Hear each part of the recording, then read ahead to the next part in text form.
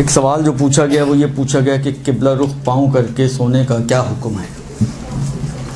اچھا، ہمارے معاشرے میں یہ بڑی مشکل ہے. جب ہم لوگ سینسیٹیو ہونے پہ آتے ہیں تو اتنے سینسیٹیو ہو جاتے ہیں کہ کسی کے پیر قبلہ رخ ہو جائیں تو ہم کہتے ہیں وہ قیامت آ گئی.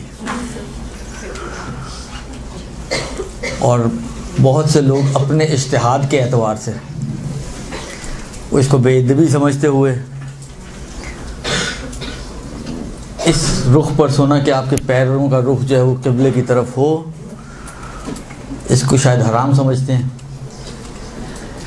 اور اس کو بے ادبی کا مصداق سمجھتے ہیں، جبکہ شریعت نے خود بعض جگہوں پر تو حکم دیا ہے کہ انسان کو اس طرح لٹایا جائے جیسے اس کے پیر قبلے کی طرف ہوں. حالت احتضار، جب انسان کے مرنے کا وقت قریب ہوتا ہے، وہ آخری وقت ہوتا ہے اس کے مرنے کا، جس کو حالت احتضار کہا جاتا ہے، اس میں مستحب کیا واجب ہے کہ انسان کو اس رخ پہ لٹایا جائے، چت اس طرح سے لٹایا جائے کہ اس کے پیروں کے تلوے جو ہیں وہ قبلہ رخ ہو جائیں. اسی طریقے سے بعض جگہوں پہ مستحب بھی ہے، مثلا مرنے کے بعد غسل سے پہلے اس کو اسی سچویشن میں رکھنا کہ اس کے پیروں کے تلوے جو ہے وہ قبلہ رخ ہوں، یہ مستحب ہے. تو یہ حرام تو بہرحال نہیں ہے، نہ ادھر نہ ادھر.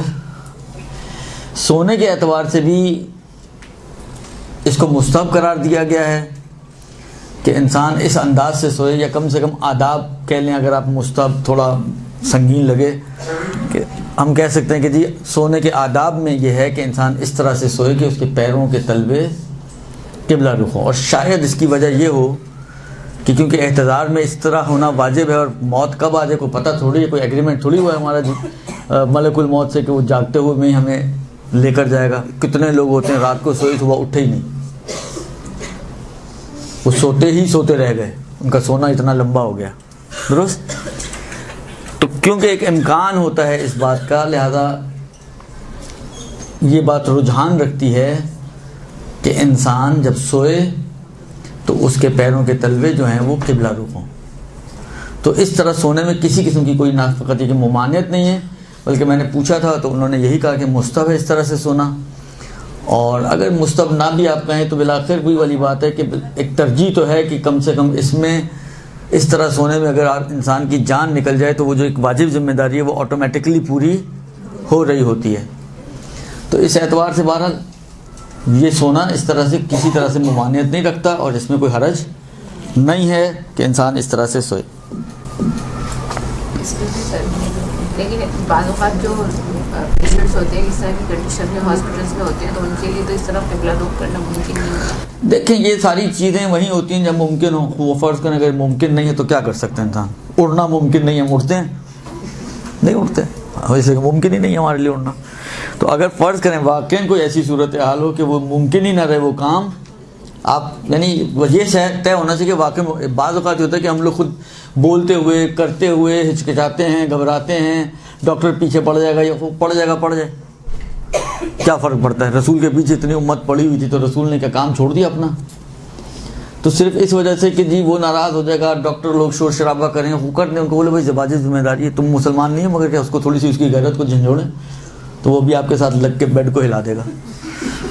درست؟ لہذا اگر واقعی ممکن نہ رہے کسی بھی صورت میں، مثلا فرض کریں وہ ایسی جگہ پر ہے کہ آپ کو گھسنے نہیں دے رہے ہیں، آئی سی یو میں آپ کو گھسنے نہیں دے رہے ہیں،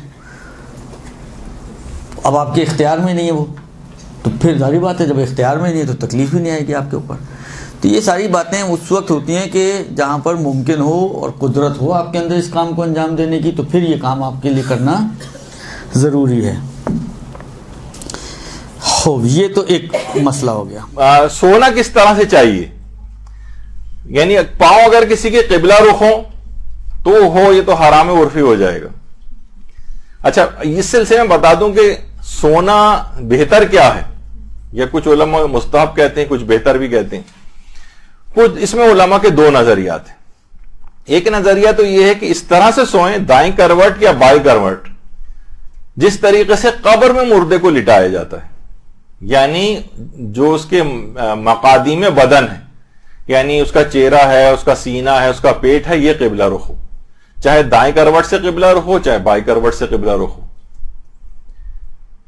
ایک گروہ علماء یہ کہتا ہے کہ اس طرح سے سونا چاہیے، یعنی بہتر ہے یا مستحب ہے کہ اس کے جسم جس طرح قبر میں مردے کو لٹایا جاتا ہے. ایک یہ ہے علماء کا نظریہ. اچھا، دوسرا جیسے کہ آیت اللہ بہجت بھی ان کے متعلق بھی ملتا ہے کہ ہمیشہ اسی طرح سے اس دائیں یا بائیں کروٹ ایسے لیٹتے تھے کہ جسم کے اگلے حصے جو ہے ان کے قبلہ رخ ہوں. اچھا، ایک اور دوسرا گروہ علماء ہے جو کہتا ہے کہ نہیں، قبر میں جس طرح لٹایا جاتا ہے اس طرح بہتر نہیں ہے، بلکہ بہتر اس طرح سے جس طرح محتضر کو لٹایا جاتا ہے. یعنی جو شخص حالت احتضار میں ہوتا ہے، جان نکلنے والی ہے، تو اس وقت کچھ چیزیں اس کے اوپر خود واجب ہوتی ہیں اور کچھ دوسرے لوگوں کے اوپر بھی واجب ہوتی ہیں. مثلا وہ تو بیمار ہے، مریض ہے، لیکن آپ کو پتا ہے ڈاکٹروں نے کہہ دیا کہ بس ان کا حالت احتضار چل رہا ہے، اب واجب ہے کہ اس کو قبلہ رخ کر دیا جائے. تو قبلہ رخ کرنے کے معنی کیا ہیں؟ قبلہ رخ کرنے کے معنی یہ ہیں کہ اس طرح سے اس کو لٹائیں کہ اس کے پاؤں کے تلوے قبلہ رخ ہو، پاؤں کے تلوے قبلہ رخ ہوں. یعنی اگر کوئی بیمار ہے اور اس طرح سے لیٹا ہوا ہے تو اس کے پاؤں کے جو تلوے ہیں وہ قبلے کی طرف ہوں. تو کچھ علماء یہ کہتے ہیں، جس میں آقا سیستانی بھی شامل کہ زیادہ سونا بہتر اس طور پر ہے کہ اس کے پاؤں کے تلوے قبلہ رخ ہوں. لوگ کہیں کہ کسی کو اگر آپ بتائیں، یعنی وہ کہتے ہیں کہ جس طرح سے محتضر کو لٹایا جاتا ہے اس طرح سے سونا بہتر ہے. کچھ علماء تو کہتے تھے کہ جس میں پاؤں کے تلوے نہیں ہوتے، اس میں مقادیم بدن قبلہ رخ ہوتے ہیں، یعنی سینہ، چہرہ، پیٹ وغیرہ یہ قبلے کی طرف ہوں. لیکن آغا سیستانی فرماتے کہ نہیں، محتضر جس طریقے سے محتضر کو لٹایا جاتا ہے کہ اس کے پاؤں کے تلوے قبلہ رخ ہوں، اس طرح سے اس کو سونا چاہیے.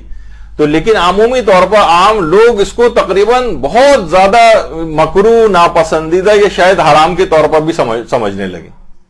اکثر یہ ہوتا ہے کہ اکثر ہم دیکھتے بھی ہیں، مثلا مساجد کے اندر جو لوگ سو رہے ہوتے ہیں، یا مسجد نبوی یا مسجد الحرام میں بھی اکثر لوگ سو جاتے ہیں، تو اپنے پاؤں کی بڑی احتیاط کرتے ہیں کہ قبلے سے کی طرف نہ ہونے پائے، ورنہ کوئی بھی شخص ہوگا وہ سوتے میں اس کی ٹانگوں کا رخ تبدیل کر کے چلا جائے گا. تو بعض اوقات اس طرح سے بھی ہوتا ہے. تو یہ کچھ ایک مثالیں تھیں جو اگرچہ کوئی شرعی طور پر تو حرام عرفی کی کوئی قسم نہیں بنتی، لیکن ایک اپنے طور پر میں نے اس کو شامل کر دیا کہ بہرحال کچھ چیزیں ایسی ہیں کہ جو حرام تو نہیں ہے لیکن لوگ اس کو حرام سمجھنے لگے. برحمتك يا ارحم الراحمين وصلى الله على محمد وآله الطاهرين.